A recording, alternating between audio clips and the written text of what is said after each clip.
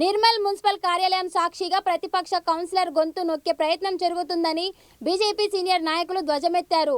పట్టణాభివృద్ధికి గతంలో మంజూరైన పాత టెండర్లను అప్రజాస్వామికంగా రద్దు చేయడాన్ని నిరసిస్తూ గురువారం మున్సిపల్ కార్యాలయం ఎదుట వారు భారీ ఆందోళన చేపట్టారు. కమిషనర్, చైర్పర్సన్ లేని సమయంలో వైస్ చైర్మన్ ఏకపక్షంగా నిర్ణయాలు తీసుకోవడంపై ఆగ్రహం వ్యక్తం చేస్తూ మైనారిటీ వార్డులకు అధిక నిధులు కేటాయించి బీజేపీ వార్డుల్లో కోత విధించడం అన్యాయమని పేర్కొన్నారు. ఎమ్మెల్యే ఏలేటి మహేశ్వర్ రెడ్డి కృషితో సీఎం రేవంత్ రెడ్డి మంజూరు చేసిన 15 కోట్ల నిధులను పక్షపాతం లేకుండా వినియోగించాలని రావుల రామ్నాథ్ సహా పలువురు కౌన్సిలర్లు ఈ సందర్భంగా డిమాండ్ చేశారు.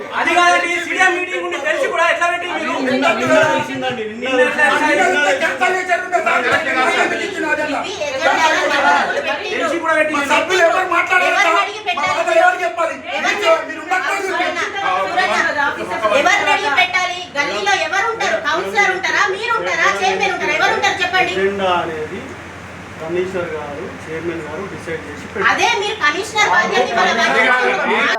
మహిళా కౌన్సిలర్లకు ఎలాంటి అవకాశం ఇవ్వకుండా మహిళా చైర్మన్ అయి ఉండి కూడా తను గైరాజరై బీజేపీ కౌన్సిలర్లకు ఎలాంటి ఛాన్స్ ఇవ్వకుండా మున్సిపల్ మీటింగ్ ని ఎజెండా పాస్ అని చెప్పి వెళ్ళిపోయినరు. ఎజెండాలో పెట్టిన వర్కులు ఒక కౌన్సిలర్లకు తెలుస్తాయి, కానీ వాళ్ళు పెట్టుకుంటే గల్లీలో తిరిగేది కౌన్సిలర్ల అనుమతితోని కౌన్సిలర్లను అడుగుతారు ప్రజలు.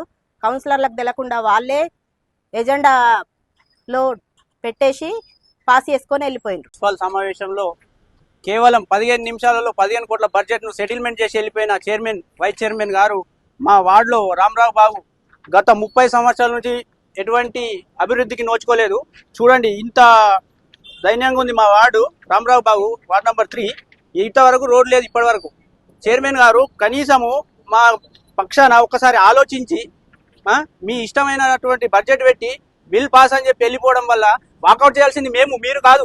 మీరే వాకౌట్ చేసి వెళ్ళిపోతే ఎంతవరకు సమంజసం అండి? చైర్మన్ గారు ఖచ్చితంగా అధికారులు ఎవరు కూడా లేరు అక్కడ. కనీసం తీసి కొడితే 3 కూడా లేరు. ఏఈ లేడు, డిఈ లేడు, ఎలక్ట్రిషియన్ సంబంధించిన వాళ్ళు, కమిషనర్ లేడు, చైర్మన్ గారు, గౌరవ చైర్మన్ గారు కూడా లేరు. వైస్ చైర్మన్ గారు ఒక్కరే పూర్తిగా ఆయన సొంతంగా అన్నట్టు నిర్ణయించి పనులు చేయడం అనుకుంటుండు. ఇది కరెక్ట్ కాదు. దయచేసి ఆలోచించండి. ఈ బిల్ ఏజెండాను మళ్ళొకసారి తిరిగి పెట్టాల్సిందిగా ఖచ్చితంగా డిమాండ్ చేస్తున్నాం. భాజపా తరఫు నుంచి గౌరవ ఎమ్మెల్యే మహేష్ అన్న గారు ఎంతో కష్టపడి బడ్జెట్ తీసుకొచ్చిండు. ఆ బడ్జెట్ ను ఈయన ఇష్టాసారంగా వాడుకుంటుండు.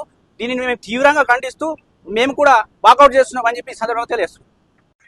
అజెండా మీటింగ్ లో గౌరవనీయులు మన మున్సిపల్ చైర్మన్ గారు లేరు. ఇటు మన మున్సిపల్ సిబ్బంది, కమిషనర్ గారు కానీ, డిఈ గారు కానీ, తోటి సిబ్బంది కూడా లేకుండా ఒక మన మున్సిపల్కి సంబంధించిన మేనేజర్ గారిని ఒక్కరిని అధ్యక్షత వహిస్తూ కూర్చోబెట్టడం జరిగింది.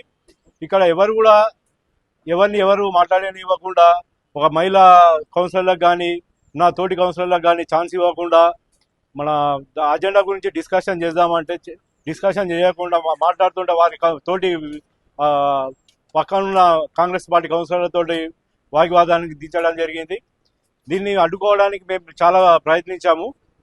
దీన్ని ఈ అజెండా అనేది ఈ అజెండాలో ఉన్న ముఖ్యాంశాలు ఏం చదవకుండా, దాంట్లో ఉన్న డీటెయిల్స్ ఏం చెప్పకుండానే కొందరు కౌన్సిలర్లు లేచి అజెండా పాస్ అని చెప్పగానే మన గౌరవ వైస్ చైర్మన్ గారు లేచి అజెండా పాస్ అని చెప్పేసి వెళ్ళిపోవడం జరిగింది. దానికి నిరసనగా మేము మేనేజర్ గారి దగ్గరికి పోయి కూడా మాట్లాడాము.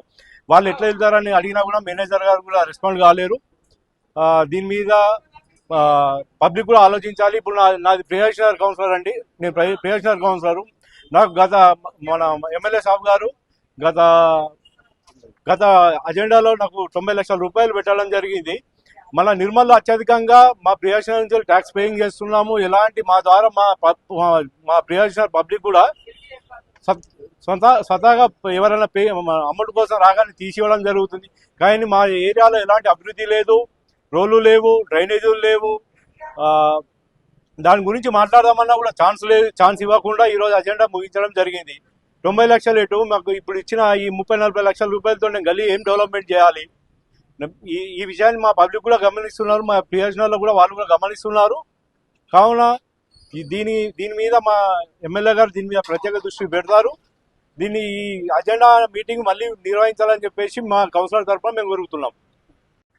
ఈరోజు నిర్మల్ పురపాలక సర్వసభ్య సమావేశాన్ని ఏర్పాటు చేసి పట్టణ అభివృద్ధి కోసం గతంలో శాంక్షన్ అయినటువంటి 15 కోట్ల రూపాయలు టెండర్ అయినటువంటి వాటిని రద్దు చేస్తూ కొత్తగా తీర్మానం చేయాలని చెప్పేసి ఏదైతే సమావేశాన్ని ఏర్పాటు చేసిందో ఈ సమావేశం కేవలం 5-10 నిమిషాల్లోనే ముగింపజేసి తూతు మంత్రంగా మమ అనిపించి వెంటనే దీన్ని పాస్ అని చెప్పేసి ప్రతిపక్ష బీజేపీ కౌన్సిలర్లకు ఛాయిస్ ఇవ్వకుండా మాట్లాడే అవకాశం ఇవ్వకుండా దీన్ని గొంతు నొక్కేసి మాట్లాడకుండా దీన్ని రద్దాంతరంగా సమావేశాన్ని పూర్తి చేసినట్టు ప్రకటించడం జరుగుతూ ఉన్నది.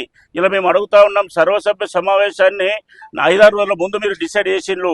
కమిషనర్ లేడు సమావేశంలో, మున్సిపల్ చైర్మన్ లేదు సమావేశంలో, ఇంజనీర్ లేడు, అదే విధంగా అన్ని శాఖల అధికారులు లేరు, డి లేడు. వీళ్ళందరూ ఎవరు లేకుండా కూడా కేవలం ఒక మేనేజర్ను పెట్టుకొని వైస్ చైర్మన్ మాత్రమే ఈ సమావేశాన్ని నిర్వహించి ఈరోజు సమావేశం పూర్తయిపోయింది, పాస్ అయిపోయిందని చెప్పేసి చేతులు ఎత్తేసి కోరం లేకున్నా కూడా ఈరోజు దాన్ని పాస్ చేయించడం అని చెప్తా ఉన్నారు. కేవలం ఇవాళ ఒక వర్గాన్ని మెప్పించడం కోసం ఒక మైనార్టీ వర్గ వార్డులలో ఏదైతే నిధులు ఉన్నాయో వాటి నిధులు పెంచి బీజేపీని గెలిపించిన వార్డులలో నిధులను తగ్గించి అనేక చోట్ల వార్డులలో అసలు అభివృద్ధికి సహకరించకుండా ముఖ్యంగా కొత్త వార్డులలో కొత్త కాలనీలుగా ఏర్పడినటువంటి ఏదైతే ప్రియదర్శి నగర్, భాగ్యనగర్, రవినగర్ ఇలా చుట్టుపక్కల ఏఎన్రెడ్డి కాలనీ ఏదైతే ప్రాంతాలు ఉన్నాయో వీటన్నిటి చోట్ల ఇలా ఒక్క డ్రైనేజ్ కానీ, మోరి కానీ, లేకపోతే రోడ్లు కానీ, స్ట్రీట్ లైట్లు కానీ, లేకపోతే అక్కడ ఉన్నటువంటి కల్వర్ట్లు కానీ అభివృద్ధి కోసం ఇలా గతంలో ఇక్కడ ఉన్నటువంటి మున్సిపల్ అధికారులే కేటాయించిన నిధులను ఇలా వాటిని రద్దు చేసి తూతు మంత్రంగా 10 లక్షలు 15 లక్షలు ఇట్లా కేటాయించి మేము అన్ని వాటికి ఇచ్చినామని చెప్పుకునే విధంగా ఈ ఎజెండా తయారు చేయడం జరిగింది.